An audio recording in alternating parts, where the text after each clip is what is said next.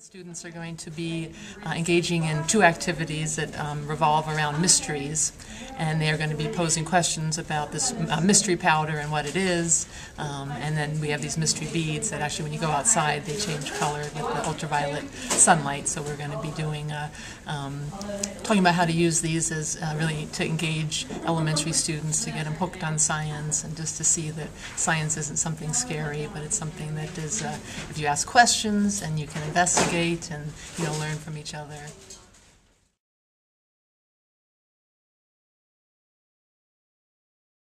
It really varies at each school and district. I do play the sort of a pendulum, and I feel like science is maybe gaining more momentum. So I think there is more movement to really integrate and enhance more science.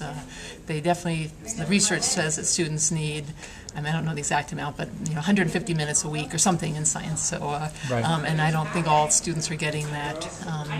That you really need, and starting in early childhood, the students need that hands-on time and the exposure. It's like building a foundation. So I think science just can't begin in middle school. It really needs to start with the early childhood.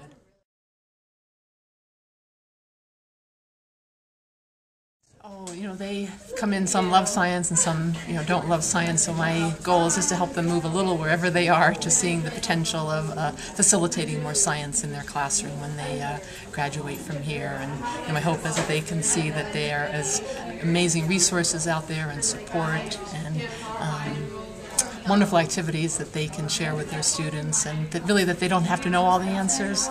Science can be very intimidating. There's so much knowledge and so many amazing things, but so it can be intimidating if you don't understand everything completely. But I just really try to stress that it's you can tell your students, I don't know, let's find that out together, or let's go look that up on the internet, or ask our librarian, or ask our middle school buddies. So I think it really can take away some of the fear there.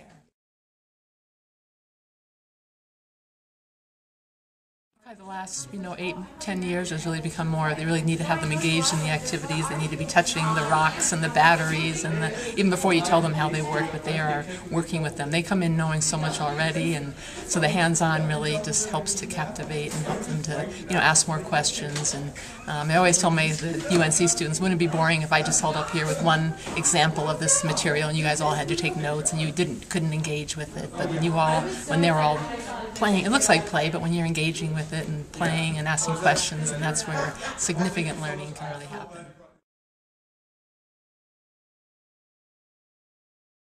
I think the science standards really help to say that all first graders should be learning this, and this is sort of questions that they could be asked, and it helps to maybe assure that students are getting the science that they need. I think it can really be a great tool for teachers, and I think teachers need more probably professional development and support, so they can see how they can, with what they're doing, how they are meeting the science standards, or how they can collect the materials, or the FOSS kits, or the other science resources. So I think with adequate training and really a support for the teachers, and it won't be this daunting task to say we got to meet all these standards, but just to see, wow, we can meet science standards and literacy standards together.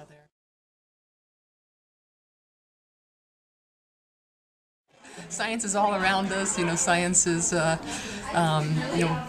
in the news, it's how our body works, it's nature, and I think all students are natural scientists. They come in wanting to learn more, and bringing in leaves and rocks, and so I think just to really build the scientific background and foundation really supports the students, that they can maybe go off to a career in science, but just to see that the science is really important for our world.